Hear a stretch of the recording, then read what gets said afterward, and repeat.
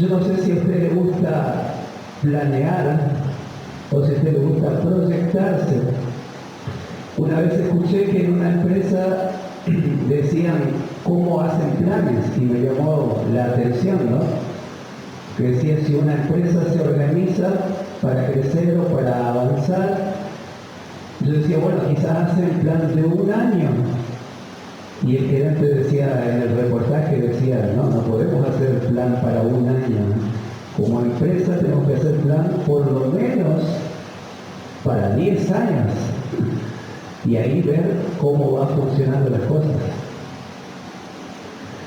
Cuando nos fuimos nosotros a estudiar para las misiones también, aprendimos el mismo sentido también. Nos decía el profesor, ustedes si llegan a un país o llegan a un lugar donde van a servir al Señor, no pueden ya arrancar queriendo hacer cambios y queriendo hacer cosas, ¿no? El primer año es conocer, el primer año es luna de miel, ver cómo funcionan las cosas y adaptarse y entender y proyectar algo recién después de 10 años uno puede decir que la gente comienza a caminar con uno, ¿no? En Santa Fe tuvimos 7 años, nos costó, y a los 7 años creo que recién la gente empezó a caminar con nosotros. Pero es difícil, adaptación y un proyecto de vida, ¿no? Tiene que ser a largo plazo. Pero querido que podamos, en este primer domingo, pensar los planes para nuestras vidas y principalmente qué Dios quiere para mi vida y para mi familia. Es bueno poder escribirlo, es bueno poder marcarlo, o quizás si ya lo hiciste hace 10 años atrás, poder revisar ese proyecto de vida y ver si estás caminando en esa dirección. Decía John Maxwell, decía, es bueno escribir, como decía, hacia dónde Dios quiere que vayamos, porque si no, llegan los años y uno por ahí ya está bien desviado de ese proyecto que uno trazó, y es lindo volver a mirar y decir, no, es para acá lo que yo había dicho, y lo que Dios me había dicho, así que ahí tengo que volver. Es importante saber hacia dónde vamos, porque si no, nunca vamos a llegar a donde queremos llegar.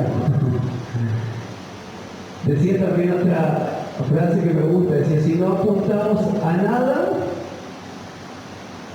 le vamos a pegar.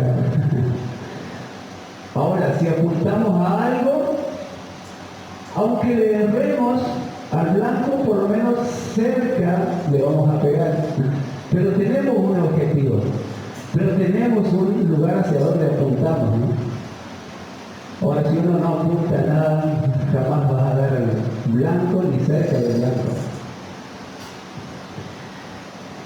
Qué importante es poder tener en claro qué es lo que Dios quiere para nuestras vidas. En este comienzo de año, en este primer mes, quizás sea un mes de descanso, para algunos de vacaciones, para algunos todavía están trabajando y bueno, no pueden parar, hay que seguir. Pero qué lindo poder sentarse un poquito y decir, bueno, ¿hacia dónde está yendo mi vida? ¿Hacia dónde quiero llegar este año? Quizás el año pasado no llegaste a todo lo que te propusiste, pero tenés este nuevo año para comenzar. Y como tenemos al Señor en nuestro corazón, Él siempre nos ayuda a caminar. Algo de lo que quiero hablarte en esta mañana es sobre justamente eso, el peligro de andar sin propósito y sin visión. ¿Sabe que mucha gente anda sin propósito y sin visión? A pesar de que tienen los ojos, a pesar de que podemos ver, pero no tienen una visión hacia dónde quieren ir. ¿Sabe qué es una visión? Algunas veces no, algo que el Espíritu Santo me reveló, algo celestial, algo espiritual. Es una visión que tuvieron muchos profetas, pero más que nada visión es ver un poquito más allá hacia dónde quiero llegar. Quizás no los ves todavía, no lo concretas todavía, pero ese es tu algo. Ese es hacia dónde estás queriendo llegar. Mucha gente anda sin visión. Mucha gente anda sin conocer su propósito. Y andamos el día a día tratando de saber, de sobrellevar, de tener para el pan de cada día, pagar las cuentas, estar bien. Y mañana Dios dirá. Pero sabes que Dios te creó con un propósito, nos creó con un propósito. Y querido poder conocer ese propósito. Yo creo que es lo más importante en nuestras vidas. Lo más importante es saber cuál es mi propósito. ¿Para qué existo? ¿Para qué nací? ¿Para qué estoy? ¿Voy a vivir en la rutina de este año otra vez, igual que lo viví el año pasado? A ver qué pasa este año, esperando, como dicen algunos, en la suerte, en lo que Dios diga. Yo creo que Dios tiene el control de todas las cosas, pero a Él le gusta que nosotros podamos mirar hacia un propósito y sobre todo descubrir el propósito de Él, ¿no? Hay una frase que me gusta que dice: los ojos nos dan la vista. Podemos ver las cosas que están adelante nuestro, pero la visión solo nos da Dios. Jesús sanó a muchísimos ciegos. Les dio la vista físicamente, pero muchos de ellos no siguieron a Jesús. Muchos de ellos no entendieron para qué vino Jesús. No tenían la visión que Jesús tenía, a pesar de que recuperaron su vista. Vamos a leer el primer versículo, vamos a estar leyendo varios versículos que vamos a ir acompañando. El primer versículo quiero que me acompañen en Lucas capítulo 6, versículo 39. Está hablando acerca de una situación donde los discípulos le hablan a Jesús y le dicen: mira Jesús, lo que vos estás diciendo es muy fuerte, y quizás los líderes de esta época se enojen con lo que vos estás diciendo. Y Jesús le dice estas palabras en el versículo 39, le dice: ¿acaso puede un ciego guiar a otro ciego? ¿No caerán ambos en el hoyo? En Mateo capítulo 15, versículo 14, también Jesús le dice otra afirmación que nos llama la atención también. Dice: aquellos que no querían seguir a Jesús y seguían a otros, dice: dejadlos, ellos son ciegos, guías de ciegos, y si el ciego guiare al ciego, ambos caerán en el hoyo. Es gracioso que Dios es tan práctico, ¿no? Es algo lógico, pero uno a veces no entiende las verdades de Dios, ¿no? Pero qué tremendo que yo me pongo a imaginar, ¿no? Un ciego guiando a otro ciego. Yo traje unas imágenes ahí, no sé si se puede ver. Un ciego guiando a otro ciego. ¿A dónde van a terminar un ciego que guía a otro ciego? Si la persona que es mi guía, la persona en que yo escucho sus consejos o que busco una dirección, también está ciega y no sabe para dónde va, ni entiende el propósito para su vida. Yo espero que Él me guíe a mí a dónde vamos a terminar. En la calle, no sé si le pasó alguna vez dirigir a un ciego, hacerle pasar a un ciego. Pero es algo interesante la vida del ciego, ¿no? Yo, por ejemplo, hay cosas que uno no se imagina cómo ellos pueden desenvolverse, ¿no? Pero ellos terminan desenvolviéndose de una manera casi normal que nosotros. Pero una vez me decía una señora que trabajaba acá en el instituto que para ciegos y sordos, Helen Keller, no sé si todavía está, pero él me decía, fíjate que para poner el dentífrico en el cepillo de dientes, ¿cómo hace un ciego? Nunca me había puesto a pensar, ¿cómo hace un ciego para poner el dentífrico en el cepillo de dientes? Tiene que tocar el cepillo, a ver hasta dónde llegó, ver que no se vaya para un lado. Una cosa tan sencilla para nosotros, pero es todo un mundo para ellos. Jesús habla acerca de la ceguera espiritual. Y qué importante es estar al lado de personas que ven un poquito más que nosotros,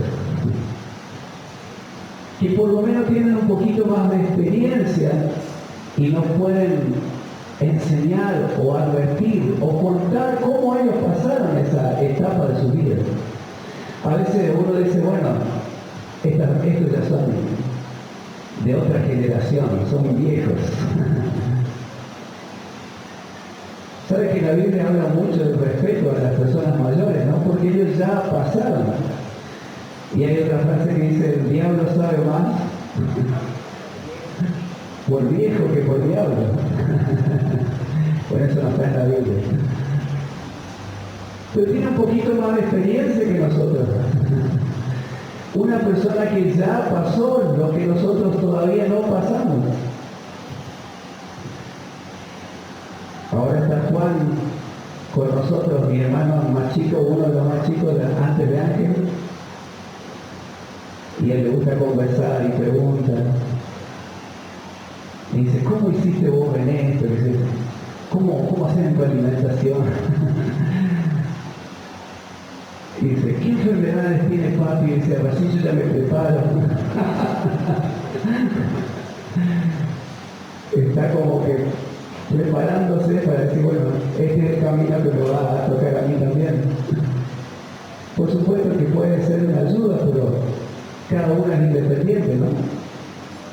Pero una persona que ya pasó nos puede ayudar muchísimo. Una persona que ya conoce un poco mejor puede aconsejarnos, y mucho más en las cosas de Dios, mucho más en el conocimiento de Dios, de conocer el propósito de Dios para nuestras vidas. ¿Cuánta gente por ahí conoce a Dios, pero no conoce el propósito de Dios? Le encanta venir a la iglesia, le encanta cantar, le encanta encontrarse con sus hermanos, pero va dando vuelta hasta que no le gustó algo y va a la próxima congregación y dice, bueno, acá es mejor. No encuentra un propósito, no encuentra un lugar donde asentarse y desarrollar y desenvolver lo que Dios tiene para su vida. Uno de los consejos más valiosos que yo recibí de una pastora fue, en un momento de crisis de mi vida, me dijo, mira Raúl, necesitas aprender a echar raíces. Porque si andás saltando de un lado para otro y nunca echas raíces, vas a terminar muriendo. Una planta que continuamente está siendo trasplantada no aguanta mucho tiempo. Ahora, una planta que ya tiene buenas raíces y se la transporta con toda la tierra a otro lugar, es muy probable que continúe. Echar raíces me sirvió muchísimo, porque dije, bueno, ¿y cuánto tiempo necesito para echar raíces? Arraigarme en un lugar, plantarme en un lugar. A veces lleva tiempo. Un árbol también necesita casi 10 años para crecer. Pero mucha gente no conoce el propósito de Dios, conoce a Dios, conoce la palabra de Dios, pero no entiende el propósito de Dios. No puede ver lo que Dios quiere para su vida. Y en esta mañana querido que podamos mirarnos a nosotros y decir, Señor, ¿cuál es el propósito para mi vida? ¿Cómo me ves y qué es lo que querés más adelante? ¿Sabe que esto les va a ayudar muchísimo? Muchísimo para tomar decisiones. Porque una vez que uno entiende el propósito de Dios y ve lo que Dios ve y lo que Dios quiere para mi vida, uno puede caminar más seguro, dar pasos más seguros. La pregunta es, ¿cuál es tu propósito? ¿Para qué vivís? ¿Para qué estás en la iglesia? ¿Para qué soy parte? ¿Sabe que mucha gente me dijo, yo me congrego, pero no me siento parte de la iglesia? No encuentro mi lugar en la iglesia. Había un adolescente, el hijo de un hombre que tenía muchos problemas con su hijo, y no, así también estaba, que no se congregaba, no le gustaba mucho. Y yo le dije, ¿por qué no intentar ponerlo en el sonido, que ayude un poco con los cables, a los chicos ahí de la alabanza? Solo que junte cables, que ayude nada más. Empezó y le gustó. Resulta que se volvió uno de los solistas principales de la iglesia. Y en un momento, pasado un tiempo, el pastor principal estaba predicando y este chico pasa porque se le había acabado la pila del micrófono y el pastor lo mira y para su predicación y dice, y me acuerdo cuando Juancito dice, no venía casi, si mirando ahora es el que me está cambiando las baterías, es el que está arreglando acá las cosas, encontró su lugar, se asentó ahí y ese era su lugar. Él venía temprano, se iba último, estaba en el lugar donde él podía servir al Señor. Qué lindo poder encontrar un propósito. ¿Cuál es el propósito? De por qué nos congregamos. Ahora mucho más, ¿por qué vivimos? ¿Cuánta gente va al trabajo a la mañana temprano, sale tarde cansado, vuelve a la casa descansado, al otro día, mañana temprano, otra vez vuelve cansado a la casa, descansa, al otro día, tiene el fin de semana para hacer lo que le gusta y a veces no le alcanza, y al otro día lunes al trabajo temprano? No digo que el trabajo esté mal, pero ¿por qué lo haces? Tengo que mantener a mi familia. ¿Es importante? Claro que sí.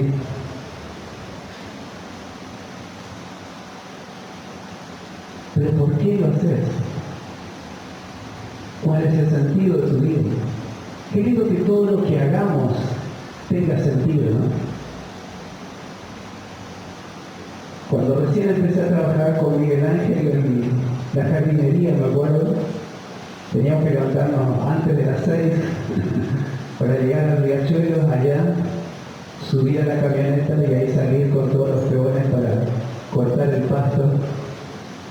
Y para mí era mi primer año que recién me terminé el colegio y decía, comencé mi primer trabajo. Decía, algo me tengo que proponer para poder levantarme porque me cuesta. Y me acuerdo que miré un zapato a la vidriera que era hermoso, ¿no? Dice, y era caro. Ese va a ser mi propósito. Así que a las 6 de la mañana me levantaba y pensaba en el zapato. Hasta que lo pude comprar el zapato y después andaba diciendo mi zapato. Pero todo cambia cuando tenemos un propósito. Nos levantamos con ganas. Ahora es que feo cuando uno se levanta en la rutina y se otra vez lo mismo. Dios tiene un propósito maravilloso para tu vida y para mi vida. Dios tiene un propósito para la iglesia. Sería tan lindo que conozcamos al Señor y de ahí ya nos vamos al cielo, ¿no? Que sería buenísimo. Pero Dios nos dejó acá. Dios todavía te dio unos años para vivir. A veces quizás más, quizás menos. Pero cada año que Dios nos da es importante. ¿Sabes que el tiempo es algo que no lo podemos recuperar? Jamás vas a poder recuperar el tiempo perdido. Por eso es tan valioso aprovechar el tiempo. Jesús sabía su propósito. Si leemos en la palabra de Dios, algunos versículos que nos dan referencia, Juan capítulo 8, versículo 14, Él le dice a sus discípulos y a la gente, dice, yo sé de dónde he venido y a dónde voy, pero vosotros no sabéis de dónde vengo ni a dónde voy. Yo sé, dice Jesús, yo sé de dónde vine y yo sé para dónde voy. Juan capítulo 18, versículo 37 dice, para esto yo he venido y para esto he venido al mundo, para dar testimonio de la verdad. Estaba enfrentando a la cruz, estaba enfrentando los castigos más terribles de Jesús. Y le decían, vos sos el rey de reyes, vos decís que sos. Mirá cómo se están burlando de vos. Jesús dice, yo sé para qué vine. Querido es tener un propósito bien claro y a veces no te va a ir bien, no te van a aplaudir, porque quizás un coach te diga, no, tenés que ponerte meta, te va a ir esto, te va a ir prosperar, vas a crecer. Pero el Señor te dice, para este propósito te crees. A Jesús no le aplaudieron, pero era su propósito. A Pablo lo castigaron de todos lados. Pero Jesús dijo, yo escogí a este hombre para dar testimonio a las naciones, para que entienda y sepa lo que hay que sufrir por servir al Señor. Es el propósito de Pablo. El propósito de Pablo era entender cuánto hay que sufrir para servir al Señor. ¿Qué propósito? Ahora, si te toca ese propósito, le diría al Señor, Señor, ¿no tenés otro mejor? ¿No me cambiarías el propósito? Pablo entendió. Y él decía una cosa, me olvido lo que quedó atrás, prosigo hacia la meta. No sé qué te pasó ayer, qué te pasó el año pasado, cómo te fue. Pero si tenés un propósito, seguí hacia ese propósito. Seguí. ¿Sabe que entender el propósito para nuestras vidas también nos ayuda a ordenar nuestras prioridades, ¿no? Porque en base a nuestras prioridades es lo que nosotros vamos a poder conquistar lo que queremos hacer. Bueno, un ejemplo también que me pasó también, ¿no? Cuando yo comienzo a estudiar música, estaba trabajando, ya tenía a Fiorella, estaba embarazada Eli, y muchos de mis compañeros decían, ¿para qué te vas a estudiar música? Salía de mi trabajo y iba al instituto de música, y era la persona más feliz que había en la tierra. Me acuerdo cuando las primeras notitas escribía en el pentagrama, me sentía un Mozart, decía, wow. Miraba los cuadros ahí de los grandes compositores y decía, estoy escribiendo y estoy leyendo. Disfruté los años que estuve ahí estudiando. Pero muchos me dijeron, ¿para qué estudiar una carrera que no te va a dar ni de comer?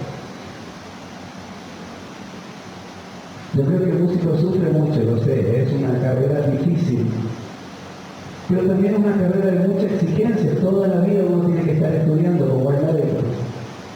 Ahora, yo me encuentro con mis compañeros ahora y ellos están en el mismo puesto, esperando jubilarse, terminando el día para que llegue el horario de salida y volver a la casa para mañana hacer lo mismo.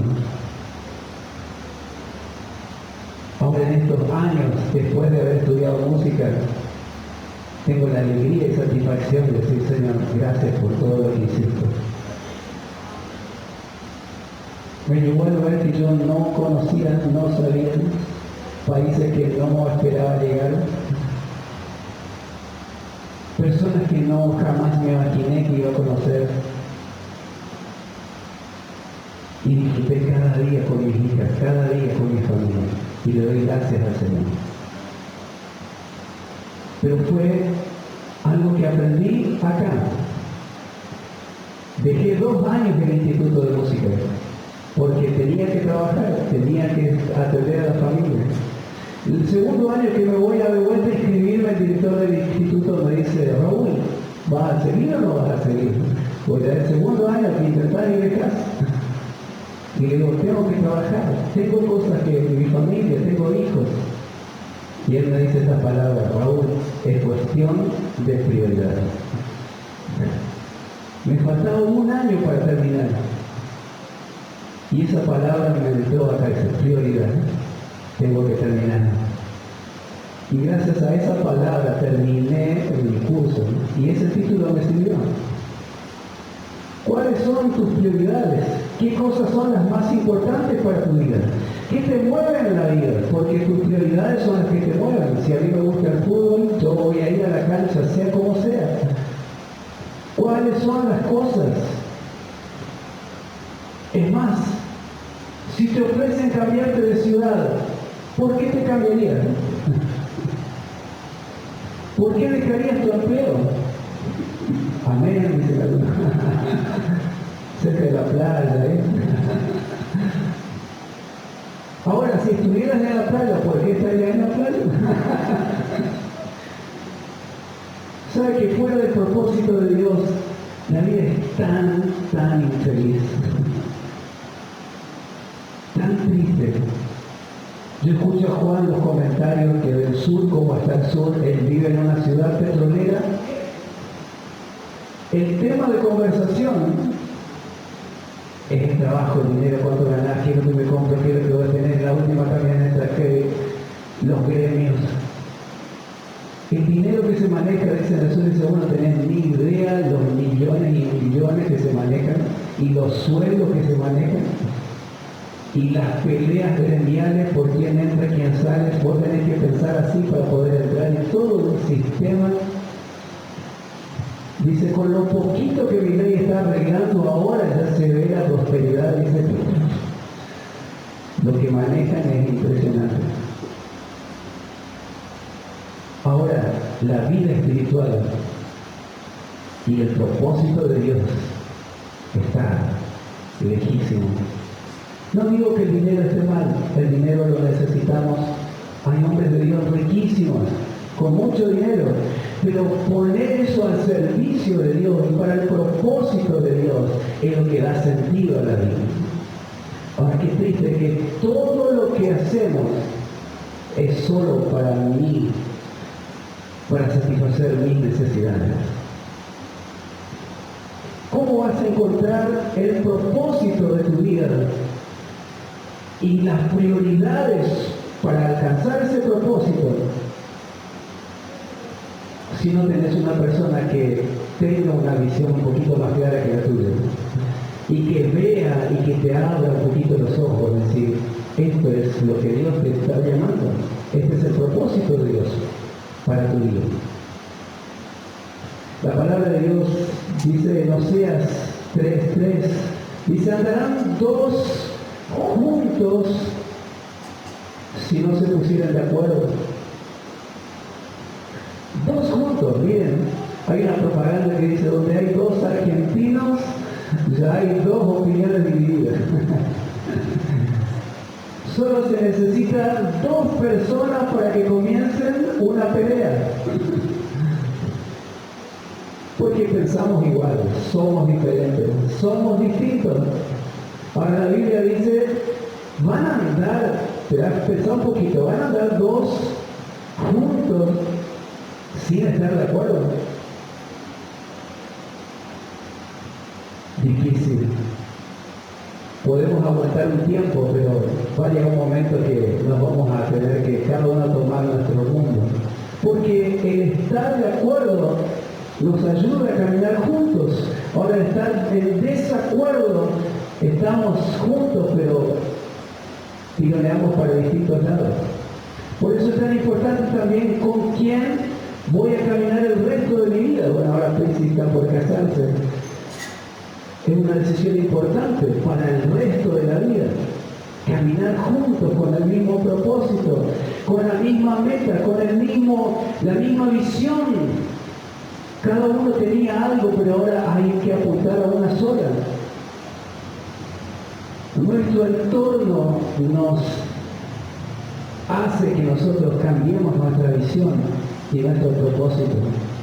Dice en el libro de 1 Corintios, capítulo 15, versículo 33, dice, las malas compañías corrompen las buenas costumbres.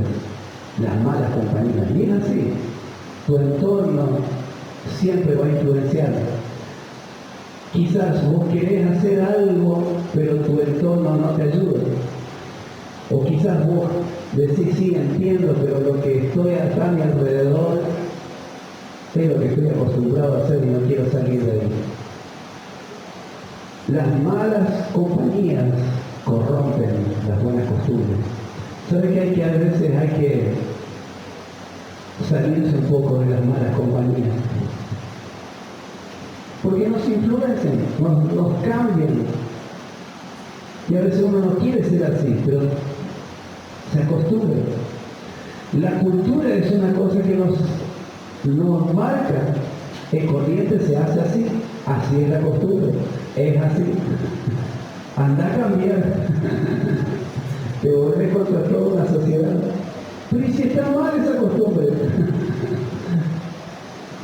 No, pero es Corrientes. En Brasil se hace así, en Estados Unidos se hace así. El propósito de dirección. La visión de Dios es lo que cambia nuestras vidas. Sin visión y sin propósito no tenemos sentido. Este año 2025 no va a tener sentido si no tenés una visión y un propósito. Qué importante es que busques al Señor en este año y dices, Señor, ¿qué querés para mi vida? ¿Qué es? ¿Para qué nací? Una de mis oraciones que siempre la hago y cada tanto la repito es, Señor, yo quiero estar en el centro de tu voluntad. No me quiero perder nada de lo que vos planeaste para mí. Nada. Creo que todavía me faltan cosas. El trabajo es importante, la familia es importante, la iglesia es importante, el casamiento es importante, pero sobre todas esas cosas está el propósito por el cual fuiste creado. Muchos matrimonios no prosperan porque tienen diferentes propósitos. Uno quiere ir a la iglesia, el otro no, uno quiere servir, el otro no, uno le gusta una cosa, el otro no. La familia es algo tan influyente sobre nuestras vidas. Así aprendimos, así nos enseñó nuestra mamá, así fue como nos educaron. Y si eso estaba equivocado y no está de acuerdo a la palabra de Dios, no es el propósito de Dios. Amamos a nuestros padres, amamos a nuestra familia, amamos a nuestro esposo, pero sobre todo está el propósito de Dios.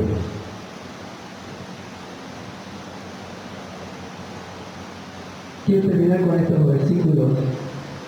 Primera de Juan, capítulo 2, versículo 17. Dice, el mundo pasa y sus deseos, pero el que hace la voluntad de Dios permanece para siempre. Todo es pasajero, todo es momentáneo. Pero el que hace la voluntad de Dios, el que camina en el propósito de Dios, el que va hacia lo que Dios quiere para su vida, ese permanece para siempre. Muchos se pierden en el camino, muchos se desvían del propósito de Dios. En este 2005 no te pase esto. Dice Romanos capítulo 8, versículo 14, todos los que son guiados por el Espíritu de Dios, esos son hijos de Dios. No los que son guiados por sus deseos, por sus pasiones, por su conveniencia, por el materialismo, no, los que son guiados por el Espíritu de Dios, esos son hijos de Dios. Cuando tomas una decisión en este año, le preguntás a Dios, Señor, ¿es tu voluntad o es lo que yo quiero? Pablo le preguntó 3 veces, le pidió a Dios por algo que él no cuenta qué fue. Y Dios le dijo, no te lo voy a dar. Que te alcance y sobre mi gracia.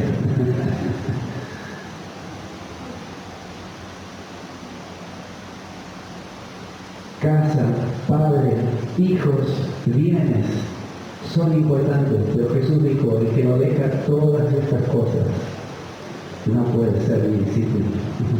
Qué duro Dios, ¿eh? ¿Cómo dejar las cosas más valiosas que tenemos? La casa, la familia, los hijos. Yo lo estoy viviendo ahora, la separación de mis hijos por un año, ¿no? Es tan doloroso y tan feo. Pero Jesús dijo nada. Lucas capítulo 14, versículo 26 dice, si alguno viene a mí y no renuncia a su padre, a su madre, ni a su mujer, ni a sus hijos, ni a sus hermanos y hermanas, ni siquiera a su propia vida, no puede ser mi discípulo. Y el que no toma su cruz y me sigue, no puede ser mi discípulo. Tremendo desafío. Primer propósito, cargar la cruz que el Señor te pide y andar hacia el propósito de Dios. Nada puede desviarte, nada puede atarte, nada puede detenerte para que hasta que no cumplas el propósito de Dios. A Jesús trataron de evitar que Él vaya a la cruz. A Jesús le dijeron, vos sos hijo de Dios, te podés bajar de la cruz. Vos vas a ir a Jerusalén, ahí te van a matar. Jesús dice, ahí voy. Nada te puede desviar del propósito de Dios. No es lo que los demás digan, es lo que Dios dijo que tenemos que hacer. En el lugar donde tenés que estar, ahí tenés que ir. La vida más triste es la vida sin propósito y sin misión. Podés tener casa, podés tener familia, podés tener trabajo, podés tener bienes y vivir sin propósito. Son la persona más infeliz de la tierra, porque tu alegría se te va a terminar en un momento. Pero los que hacen la voluntad de Dios, esos son hijos de Dios. Amén.